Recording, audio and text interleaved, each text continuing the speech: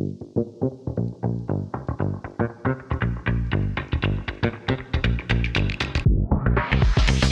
it.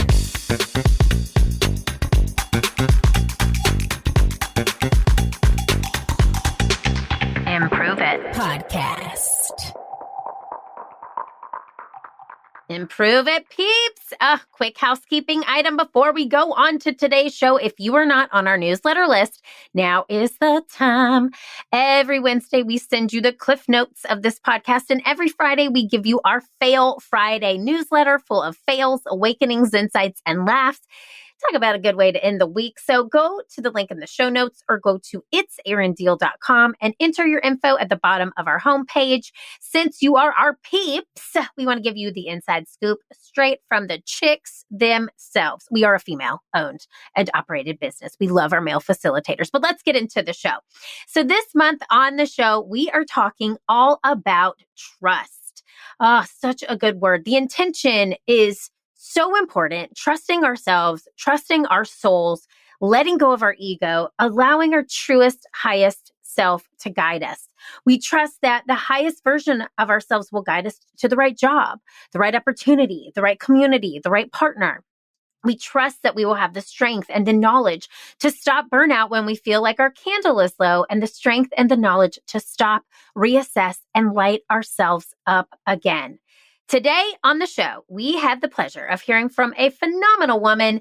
Daisy Auger-Domínguez is a forward-thinking global leader and a recognized authority in organizational transformations at the leading edge of people and culture. She combines her deep knowledge in leadership, management, diversity, equity, inclusion, and social impact to help leaders and their teams enhance value through strategic people management, get stuff done, and grow their businesses with clarity and intention. She's driven by a deep commitment to sharing what she's learned. She wrote Inclusion Revolution, the essential guide to dismantling racial inequity in the workplace, and the upcoming book, which we're going to talk about all today, Burnout to Lit Up, How to Reignite the Joy of Leading People. Her insights extend to the stage where her TEDx talk, Inclusion Revolution, outlines a dynamic blueprint for building meaningful and lasting change in the workplace. She is a sought-after speaker and advisor. I'm so grateful we have her on the show. She has applied her expertise across a broad reach of industries, leading human capital practices at Vice Media, Moody's Investor Service, the Walt Disney Company, Google, and Viacom. Her insights have been featured in Harvard Business Review, Forbes, Ideas, TED, and several leadership books. She is truly one of a kind, and I'm so grateful that we have her here for this conversation. So if you're tuning into the show today, it's because you're burnt out when it comes to the job that you are in, or you're burned out looking for a new role and don't know how or where to recharge. Or it could be because you want to learn to trust your gut in the interview process or in high stakes conversations at work. If this sounds like you, grab a pen, grab some paper, and let's get to improving it with Daisy Auger-Domínguez. Daisy, welcome to the Improve It podcast. This is a long time coming. I'm so thrilled to chat with you today. This made my day. Oh, I'm excited to be here, Erin. I have loved every minute of knowing you. So to be in this conversation, making my day.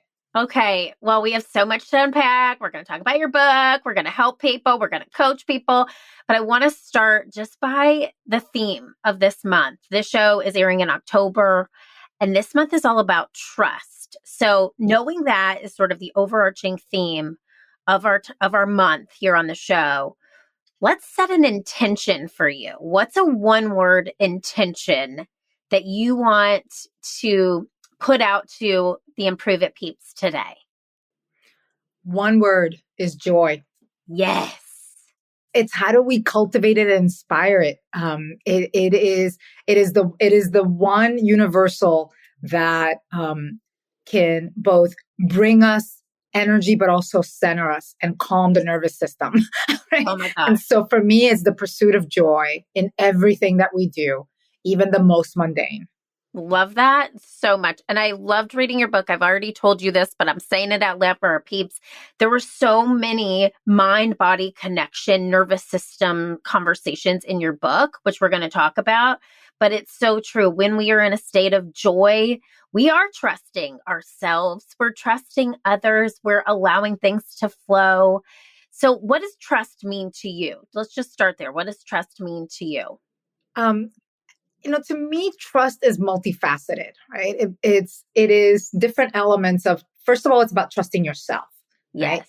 Believing in your abilities, your strengths, overcoming self-doubt, especially a self-doubt that can lead to burnout and strained relationships. It is consistency over time, right? It is saying who you are and being who you are.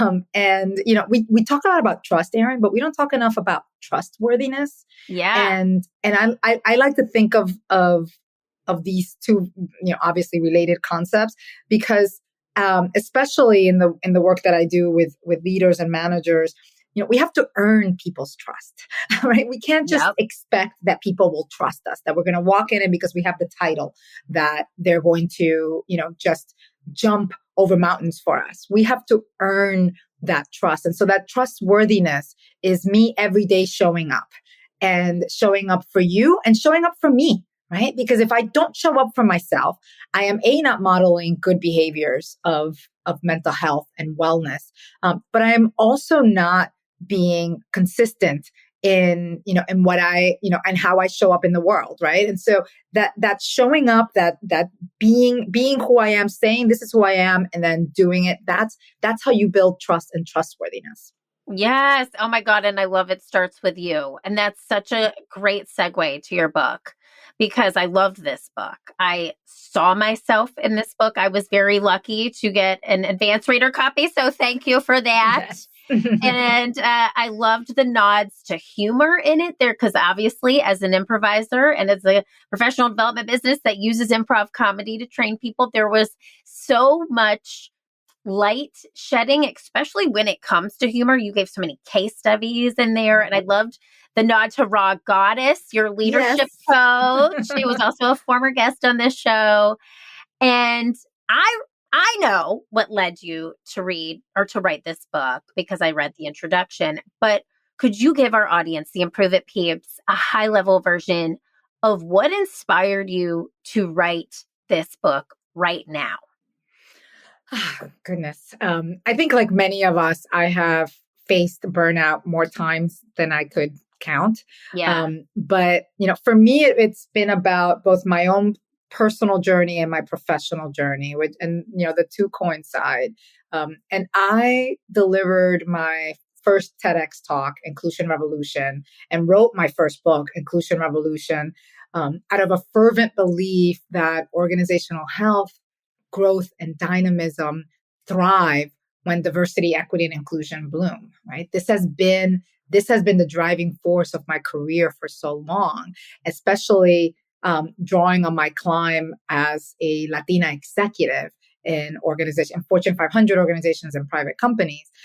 But I also know in the doing of this work, right, in the reshaping of systems, we lose a lot of ourselves if we don't take care of ourselves, right? Because this work it's relentless, it's complex, and it's often fraught with depletion and skepticism and resistance to change, and backlash, as many DEI practitioners are experiencing right now.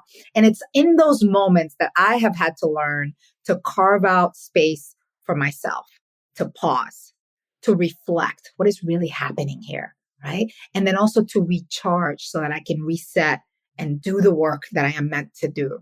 And so those set of experiences is what led me to write Burnt Out to Lit Up, because I believe that navigating this really tough management terrain that we're all navigating, right? The world of work is messy and it's mind bending, and none of us know. Even those that tell you that they know what's going on, we don't know what's going on.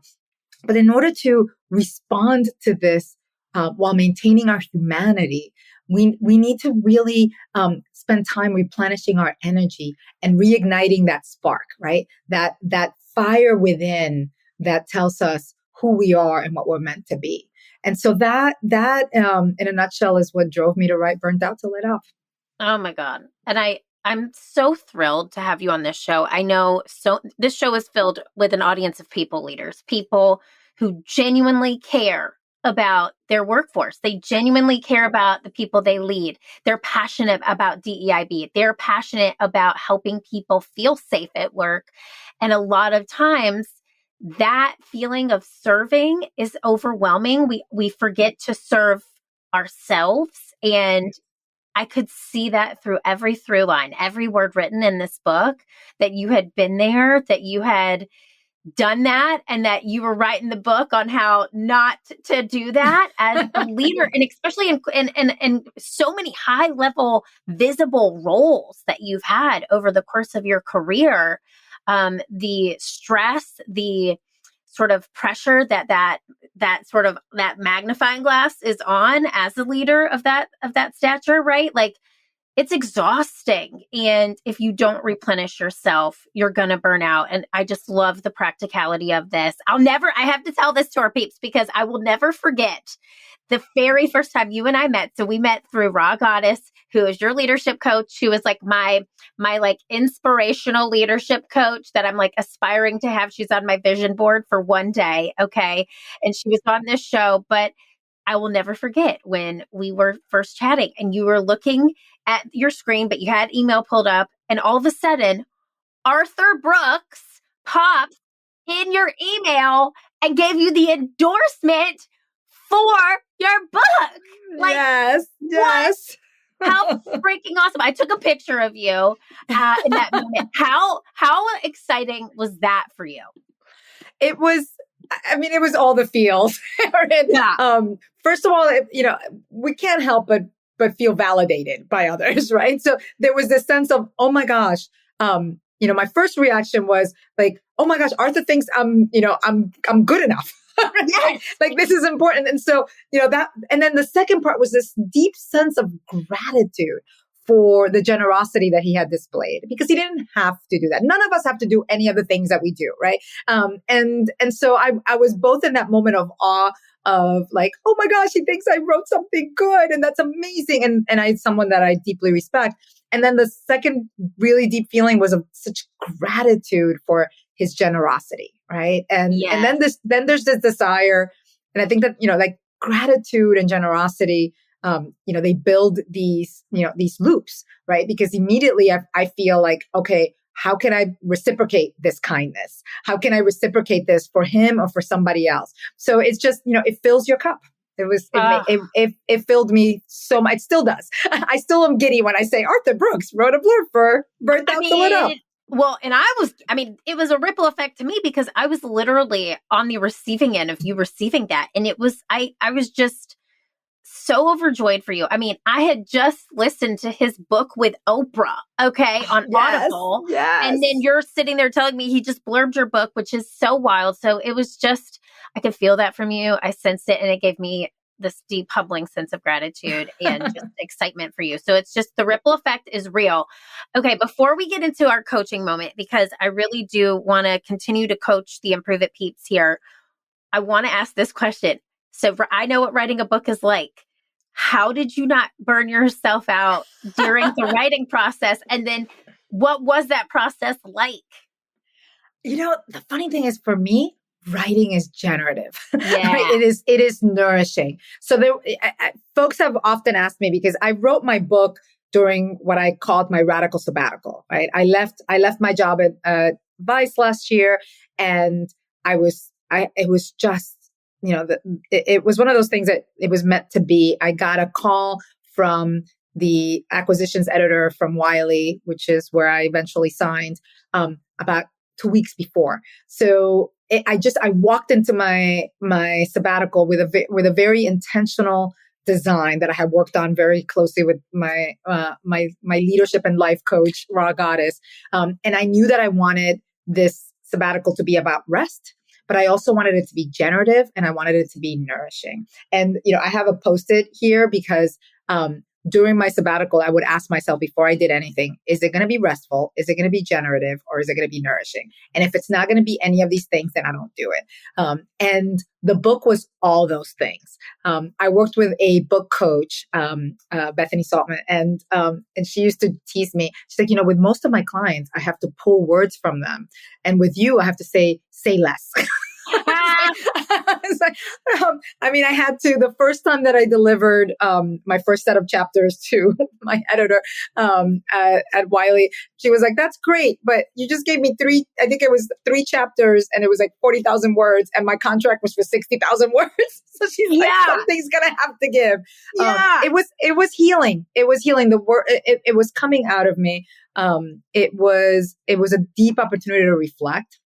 I was also, because I intentionally worked with a book coach because I wanted to have that accountability, right? So every week I had to send, or every other week or so, I had to send her pages. So I knew my assignment was I had to write at least 500 words a day. That was my assignment throughout. Some days I wrote like 2,000, right? Like it was just, but it was a muscle that I was building, and it was a journey of healing for me. It became my pharmacy. It became became what I pulled from when I was feeling a little doubt about, having taken a sabbatical, when I felt a little guilt, or where I felt shame, right? When I felt all these elements that can weigh us down. It was my light and I wrote it in 4.5 months. And I could have kept on writing. Oh my God. I love that you just said it was my pharmacy. Okay. You need to trademark that. That is so good. That is so true. Things in life don't have, it is medicine for your soul, right? And you can see that. And I think a part of it, I would dare to say, you had healed from burnout, but you were also reflecting on that healing through that journey. So even the writing process was extremely healing for you. I love Absolutely. that. And there was not just the healing for myself, but when you write a book, you have to be mindful of your audience, right? Who are you writing for? This is not just for you, right? Yeah. So there was a lot that was for me, but I had a muse, a persona, and it was one of my managers on my team who I adore, and so I wrote the book from a service lens, right? Of like, this is the gift and the love that I want to give to you, right? These are my hard lessons, and I want to share them with you because I want you to try to avoid them, right? Or when you make them, because we all end up making them, to recover faster, right? To recover with deeper strength and certainty of your worth and your sense of self. So that element also was really helpful, because it wasn't just I'm writing this book because I want to publish a book and I want to be an author. It was what is this in service of? And it was who this was in service of for me. I love that so much, so much. Can I tell you, in my own writing process, my best friend was the person who I thought about. And so she wrote a review for it.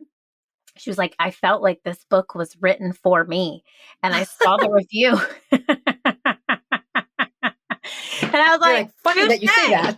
I know, right there. But yeah, I really did, because she has taught me so much. And I felt like as I was healing, I was trying to help her.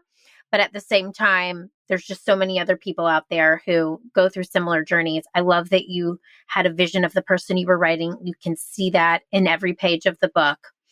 I want to flip the script a little bit, because I have a message here from one of our Improve It peeps. And I am hopeful, and I know that you can help us answer this question. So let's hear from our Improve It peep.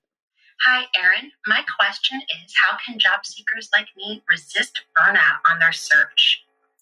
Such a good question. Such a good question. It is. Oh my gosh. And it is a moment that can be so stressful and so depleting. So thank you so much for sharing that question. I'm gonna play, go back on your original question around trust. And I would say my first advice, is to trust in yourself. Yeah. To trust the process, right? Understand that finding the right job takes time. and that setbacks are part of the journey, right? Because that patience can help alleviate the pressure that can contribute to burnout, right? Because we're so hard on ourselves, and we feel like that when we start a job, we need to have it right away, or having to face declinations, right? Rejection is rough. Yes. And it makes us doubt ourselves, and it makes us push ourselves. But all of that is part of the process. So begin by trusting the process. And then I would say, and these are, tips that I share in the book and that are just, helpful for everyone. Set clear boundaries, right? Establish specific times for job searching and stick to those, right? Oh, Avoid letting that job search bleed into all hours of the day, because that's where we, just completely exhaust ourselves. So yes. set those breaks for recharging and for resting, because I find that in those moments is actually when we think about, I could all of a sudden, when your mind is fresh, you think, I was like, you know what, maybe my resume could, I could update that here. Or maybe my LinkedIn profile is missing this quote, right? But if we're in the constant push and push and push, we don't see these moments of light, right? We don't see those truths. So those boundaries, this is why boundaries are important, right? It's not just because it's the new age thing to say, but because they create a space for us to actually breathe, right? And enjoy and see things that we don't see. The second piece I would say tied to boundaries is to prioritize your self-care, right? Make sure that you're eating well, that you're moving, right? That you're sleeping. All of these things sound basic, but when we're under stress, these are all the things that go, right? And when those things go, right, we don't boost our energy and our resilience. We actually suck it away. So whatever it is that works for you, and I write about this in Burnt Out to Lit Up, because mindfulness and meditation are things that I've been working on for a long time, and I am not good at meditating. I have monkeys in my head. Yes, they just I love get in the way. Part, by the way, this is right. one of my favorite parts of the book. They get in the way, but relaxation techniques like breathing exercises, those work for me, right? Yeah. We're all different. It's about, my husband can meditate. He's been meditating now for a couple of years, and he can spend like upwards of hours doing it. And meanwhile, I'm like walking around him going like, when are you done? Like, I'm just like, come and play with me. We have to make dinner. Get up now. Yeah. I'm like, come on, right? It is amazing. So, but I have learned what are my relaxation techniques that help me calm my nervous system, right? That help me think, because I need that. I am naturally impatient, right? I know me, that, the boundaries and the self-care and the structure routine, all of these elements help you. And then, right, network smartly. I think the other piece around networking, which again is tied to boundaries and to structure, is, don't do all the things, but know where you need to be. And I'll give you this example. It's not in the book, but I am in the process of joining a corporate board. And I have gone through all the trainings and certifications and all of this, and I wasn't seeing any traction. And so I called a colleague who works in the space, and I said, I'm like, what am I doing wrong? What's going on? He's like, you're doing all the right things, but you're not in the right places. I was like, when I go to all the same places I've always gone. He's like, how many corporate board members are there? I'm like, not that many. Right? He's like, you need to be in the places where corporate board members will see you, because this is a business of networking. And, most of the board placements are made through relationships, whether we like them or not, right? 70% of them are, which is a ridiculous number. So you have to be in those places. It's the same thing for your job search, right? It's building meaningful connections that is not just about increasing your network, but making sure that you have the right support network of folks that will either be in the jobs that you're trying to be, or that can help you connect to those in those roles, right? So that networking smartly, but don't do it to the point, or, to the detriment of yourself, that you are everywhere and people don't know what you're about, right? Make it consistent about what you're trying to do. I love that. And I have to tell you, you just hit a nail on the head for myself personally, because when you try to do and be everything to everyone, you accomplish nothing. But when you focus on your target job, your target your target industry, your target position, and you go to rooms that have those people, magic happens. I love these answers, but I also want everyone here to grab a copy of your book because it is so good. And I want to break it down and just generalize because you have broken it into beautiful parts. You have 4 beautiful parts of this book. And so I want to use this question from our Improve It Peep to guide this conversation because I want to start with part 1 of the book. It's all about recognizing the fires.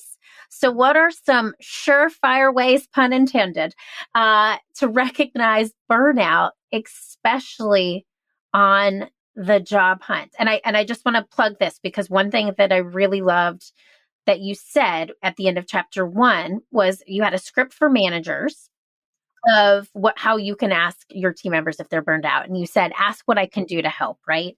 And I have to just give you a nod because I used this with my own team member recently and it developed into this beautiful discussion. So what are some ways that you can recognize that burnout when you're on the job hunt? And how can you ask for help? That's a 2-step question, but part 1 is so loaded. I love that. Yeah. I mean, first of all, burnout is a tricky monster, right? And the one thing that I learned, during the book writing process and my interviews, and I interviewed Kate Donovan, who is the host of, the podcast Fried, about burnout. And I remember asking her, I was like, so how do we avoid burnout? And she looked at me, she goes, that's the problem. It's like, we can't, because those of us who are most prone to burnout, like you and me, right? And she was looking at me and her, but I'm also looking at you today. We are such overachievers and constantly going. And we're smart, right? We see the signs, but we just push them aside. Yep. We're like, not today, right? Yep. And those 30 emails, let me just answer all those 30 emails now so they can be done, because then I'll just have more tomorrow. And so that, I'm going to spend the next hour and a half, which cuts into time with my family, resting time, just reflecting time. And I'm just going to spend it doing that because I have to, right? And you just keep on and all of that, extra effort that we're placing that without moments of pausing and recharging, all it's doing is that it's burning us down, right? And it's just depleting it. My daughter calls it, her social battery is on empty, right? Yeah. When we start talking to her, and my daughter is a beautiful introvert in a house of extroverts, right? So it's, it is always, we're constantly learning from her. But we're constantly asking her things and she just looks at us and she goes, oh, 0. I have 0 social battery. I've got nothing for you right now. How old is she now? She's 16. She just turned 16. If I had that awareness at 16, God bless, we'd be in a different position. Good for her. When she first said that to my husband, who was talking to her, and they came back from a run, and my husband tells me, you're not going to believe what your daughter just said to me. And she tells me, she's like, Papa was just talking and talking and talking. And I'm, we're running. And I just paused and I said, Papa, I've got nothing for you. I have 0 social battery. I remember looking at her and I just told her, like, high five. I was like, I wish I've been wanting to say that to your dad and to so many people for so many years. So right? that's one of my lessons learned. And so I think that for, coming back to the advice to, for your community, I mean, I think, part of avoiding burnout and sticking through is that we have to be able to reflect on what's working and what isn't, right? And adjust when needed, right? Is there a new approach? Is there a different industry that I haven't explored? Is there a different way of promoting myself on LinkedIn, which is, the primary source. And that's where I think comes to your second piece around asking for help. Avoiding burnout requires us first to spend so much time reflecting on ourselves so that we know when we need the help. And then the next step is to ask for the help, because we cannot do this alone. No. Erin, I cannot say this enough. I did not heal by myself. I call it my project management strategy. I had a project management strategy for my health that included nutritionists, that included my executive coach, that included my physical trainer, that included a wellness coach, that included just my friends and my family, right? I needed all of that to come back to myself. Yes. But I needed to spend the time figuring out what I needed, right? And it's not like I woke up one day and said, I need all these things, right? It was slowly over time. Oh, my physical health needs working on. I was like, let me go to a trainer. Asked my friends. My friend tells me she loves her trainer. I've been going to him now for a year and a half because my girlfriend recommended it. A good friend, when I posted about my radical sabbatical, reached out and said, my wife is getting her wellness certificate and she is looking for clients to offer hours to. Would you be willing to do that? I said, are you kidding me? Yes. Right? Yes. Right. My nutritionist, it was talking to girlfriends that were going through menopause and me thinking, well, maybe that's what's happening to me. Maybe I need a professional to help me figure out what's happening. And that, and I wrote about that in the book where my nutritionist took my blood work and said, your hormone levels are at the lowest of anyone in your age. And it is because of sustained stress, right? And it was asking for the help, but it was also discerning what I needed when I needed it. And so that's part of that process. And the how do we ask for help is going to depend on what the help is. And the relationships that you have with your dearest friends. Sometimes we're embarrassed to ask for help, but we know them, right? We can say, hey, I'm struggling with this. Can you help me? Hey, could you take a look at, if you know someone, that works in HR, could you take a look at my resume? Is there something that you think I may be missing, right? Or if you don't know somebody, do you know someone in HR that could do that? I'm a part of several women's networks, and it is amazing how often, with a deep sense of vulnerability and humility, women will raise their hands and say, I'm having a hard time getting the fees that I deserve for my speaking. I'm having a hard time finding a role in this sector. I was like, does anybody know anybody here? Can anybody connect me? Right? It's building that muscle of being able to ask it and not feeling shame, because we have to shed the shame and recognize that it is the most human thing to need something. And also, we live in a transactional world. We forget that like people are constantly giving and taking. And when we figure out what the right balance is, right? It's not about only taking. It's about being able to give, right? When you feel that balance, whenever I get something like Arthur Brooks providing that beautiful blurb for me, my first reaction was deep gratitude and saying, thank you so much. This is deeply generous of you. And the second thing I said was, if I can ever be helpful to you, please do not hesitate to reach out. I will be happy to promote your work, to answer anything you want. I am here for you, right? Yes. That is how we can continue to not just be transactional, but to be actually interactional with each other, right? Oh my God, relationship building. Yes. Yes. And it's so funny. I know who this Improve It peep is who asked this question. And she is on the job search. And so right after this, I told her she gave to us, I'm going to post a LinkedIn post about her and how amazing she is. She was actually a client of ours. And so it's giving and taking, right? So I love it. I thank you for that reminder. But I want to, everything that you mentioned in part 1 is so impactful. Part 2 of the book, you talk about navigating the flames. I loved this part. You gave so many great examples, and I'm going to leave this as a cliffhanger because there's 2 things that I really liked: the Hulk with heart and the concept of releasing your hungry ghost. I'm going to leave that just because I want to get to part 3, but you have to get this book, Improve It Peeps. And part 2, these 2 concepts and theories are just going to blow your mind, because I really, truly believe that while we are going through burnout, we're in a healing journey for ourselves. And both of these concepts really allow you to let go of some of the things that you're holding on to and lead with love. But I want to get to part 3 because you talk about leading through an inferno, and especially, which I love all of I'm here for like the puns. Like I'm here for these parts. Like I love them. So I love that you talked about this, especially when it comes to leading through the DEIB firestorm. And you gave this wonderful basic initial approach: listen, pause, care, and then you gave specific ways on addressing diversity fatigue. And I think this is so important, not only for leaders, but it's also important for job seekers and then people who are hiring, employers who are hiring.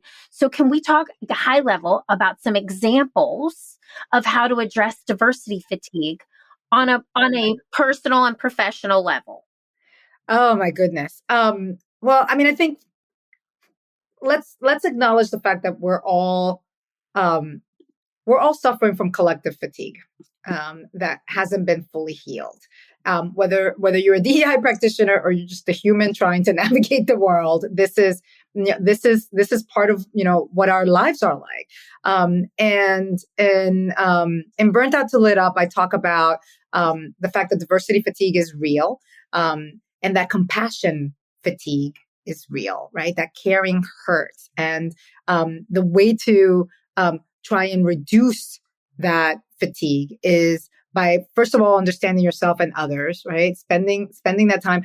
I like to ask a lot of questions, right? So, it's understanding if you're in a job search, right?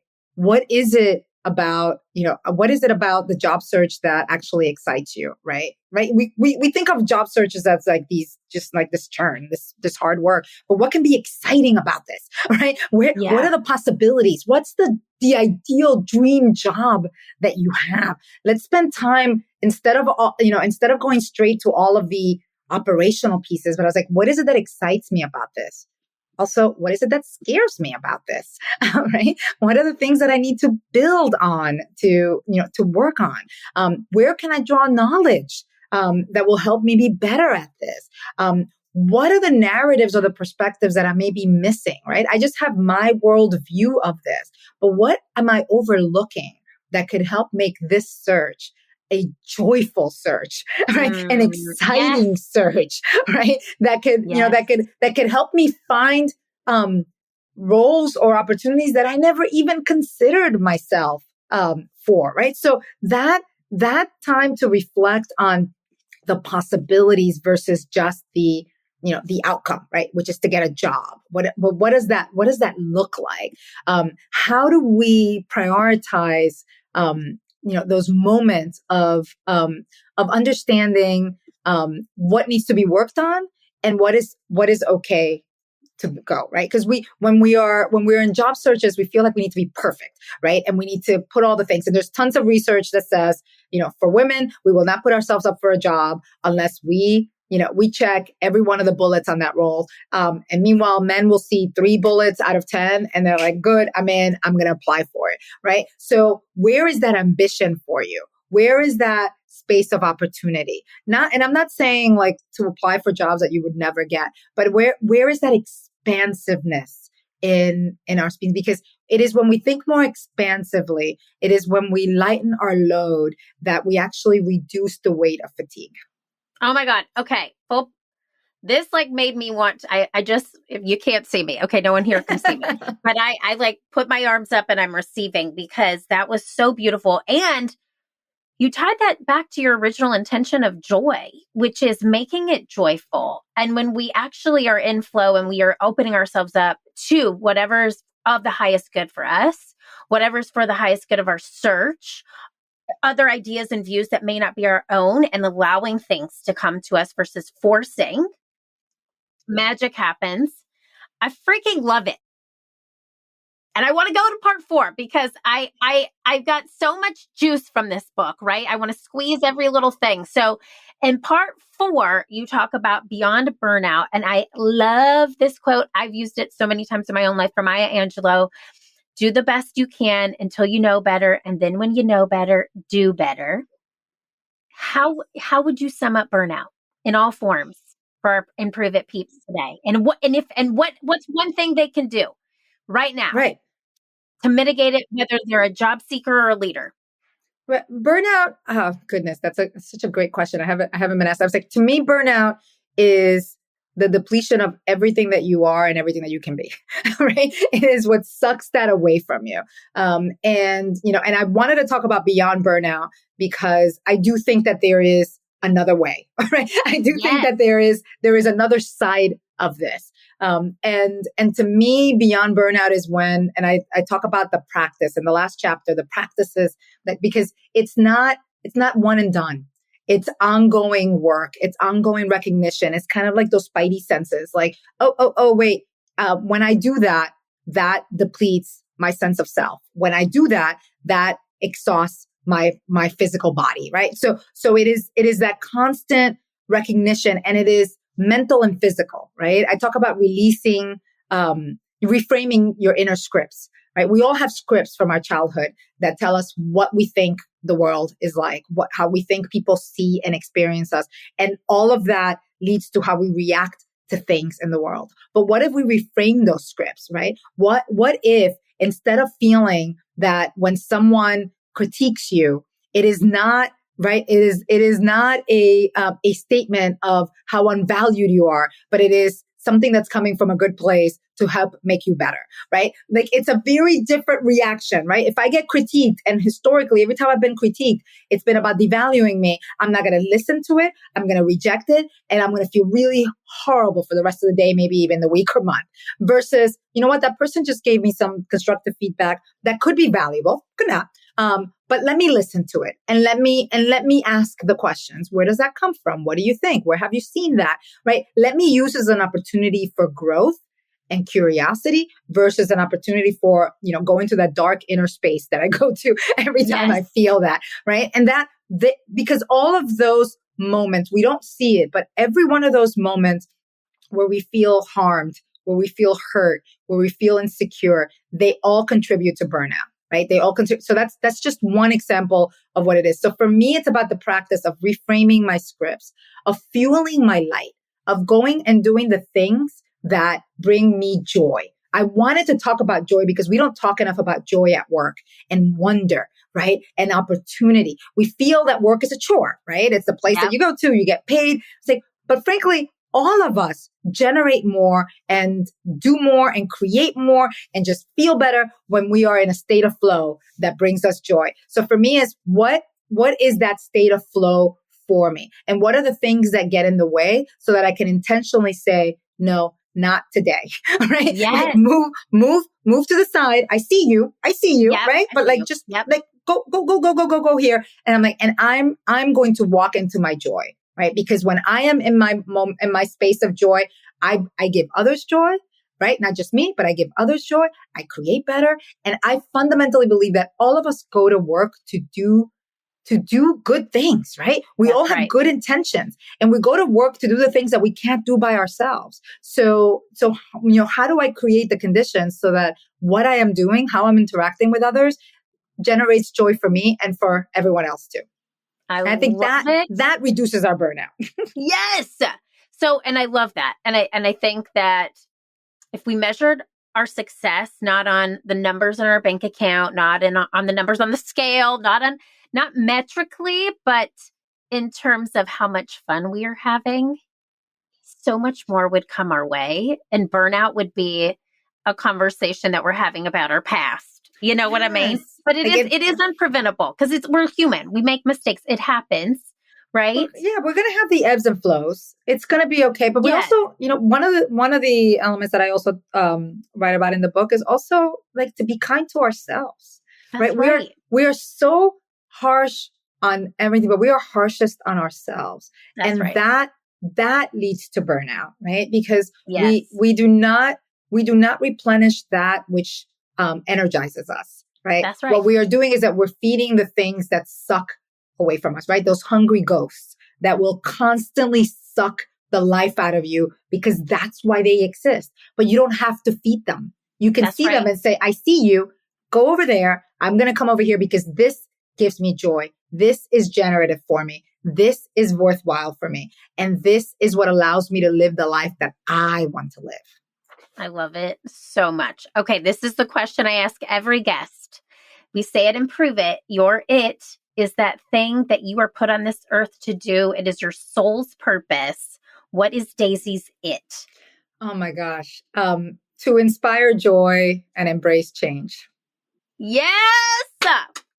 Okay, I feel like we set We set an intention. We nailed the intention. Joy has been felt. We have tangible tips to walk out the door with to help us from preventing burnout. I loved your book. Tell everybody where they can find you, where they can buy it, and just give us all the things because I know everyone's going to reach out to you. Oh my gosh. Thank you so much, Erin. Well, Burnt Out to Lit Up, How to Reignite the Joy of Leading People can be found on bookstores everywhere, on Amazon, Bookshop, and Barnes & Noble. So go to your local bookstores because I believe in supporting them. But if you can't, you can go to Amazon and get it to you right away. Yes, it's so good. It's every leader or job seeker out there needs a copy immediately. It's so good. So good, Daisy. Thank you. Thank you so much. Thank you for being here. Appreciate you. Improve it, peeps. Oh my gosh, I could talk to Daisy all day. She is a light. She is a delight. And I love her concept of bringing more joy to work. Whether you are a job seeker, whether you are a leader listening to this show, I want you right now to journal on this question. How can I bring more joy to my day today? That is your homework, your takeaway. And if today's show resonated with you, please send it to a friend, anybody you know on the job hunt, anyone you know who is burned out. Please send this to them in hopes that we can serve them and bring more amazing Improve It peeps to this community. As always, know I'm rooting for you. I want you to keep failing, keep improving, because this world needs that very special it that only you can bring. I'm so proud of you. I'll see you here next time.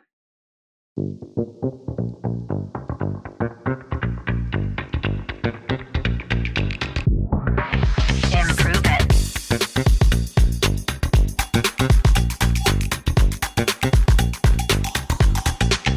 Improve it. Podcast.